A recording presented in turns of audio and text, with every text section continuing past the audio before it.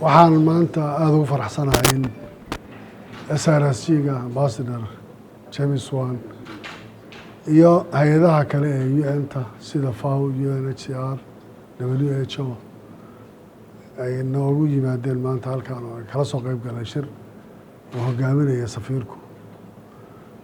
Marka laga soo wado waxaan ka wada hadlaynay arrimaha horumarinta iyo shaqooyinka ay ka qabteen deegaankan Jubbaland oo ay ugu horeyso shaqooyinka ay qabatay WFP oo dekedda ay ku jirto, WHO iyo UNHCR iyo FAO oo arrimaha kalluumaysiga ah inaan kulligood ay ka wada hadleen iyaga iyo hay'adaha kale ee dowladdu waxa muhiimka ahaa ee hay'adahaas dowladdu ay ka wada hadlayeen iyo waxa hay'adaha UN-tu ka qabteen Jubbaland guud ahaan gaar ahaan sektarada ay hay'adahaasi ka kooban yihiin.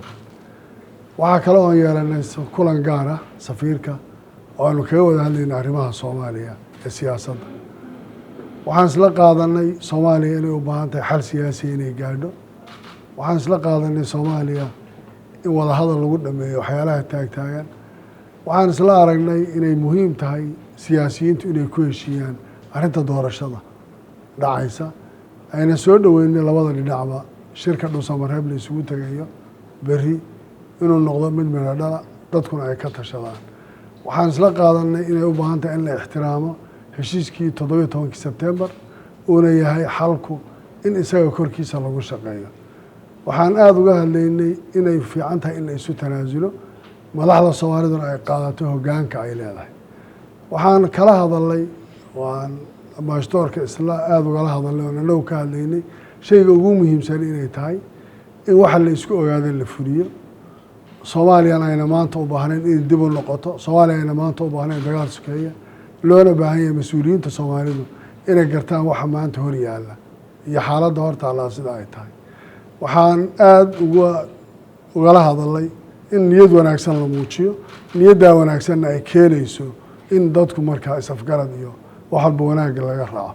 waxaan rajaynayaa ummadda Soomaaliyeedna waan u sheegayaa in shirkaas dhuusamareeb uu noqon doono shir midho dhala, goobjoogayaal badanna ay jiri doonaan, lalana socon doono. waxaan ka shaqaynaynaa ay tahay waddanka inay doorasho dhacdo xilligeeda ay ku dhacdo, sababtoo ah Soomaalidu way aragtay dowlad jiitanta iyo extension iyo waqti lagu daray dhibaatada uu leeyahay. taa markaa waxaan rajaynayaa inaanu la tagno shirkan niyad wanaag isagana uu noqdo waxaan ku dul shaqaynay heshiiskii Sebtembar 17keedii. aanan rajaynaya in shirkaas natiijo fiicani ay ka soo bixi doonto.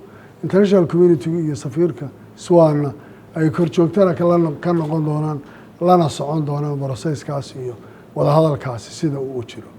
waxaan rabaa inaan ku darsado shirka la isugu tagayahay waxaan isku haynaa heshiis ahaan waan gaadhnay Sebtembar 17keedii, laakiin waxaa hadda hadalku uu ka jiraay technically fulintii heshiiskaas oo aan markii horena ku talinay madaxda dowladdu iyo musharaxiintu inay broseska ka dhex baxaan oo technically loo daayo guddiyada shaqada ay leeyihiinoo qof kastoo musharaxa uu bannaanka ka joogo broseska uuna faragelinna ku samaynin.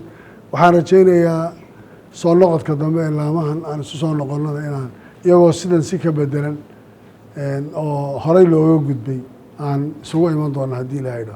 waan ka hadalnay arrinta gobolka Gedo dagaalada ka dhacay inaan loo baahnayn caqabadda taalla, laakiin qof waliba mas-uuliyadda intuu ku leeyahay uu ka qaadi doona. haddaan Jubbaland nahayna waanu sheegnay waxa aan kala kulannay iyo dhibaatadan haysata iyo dadka bannaanka jooga iyo mushkiladdu marba intay leegtahay. markaa Masar Ambassador ku soo dhowow, waan kaaga mahadcelinayaa booqashadiina iyo niyad wanaagga aad ku timaadeen. waana rajaynayaa shirka dhuusamareeb ee la tegi doono inuu goodwill noqon doono, wanaag fiican lagala kulmi doono, niyad fiican lala tegi doono, waxa ka soo baxana Soomaalidu ay doonto haddii aanu annagu la nimaadno niyad wanaag. ahlan wasahlan.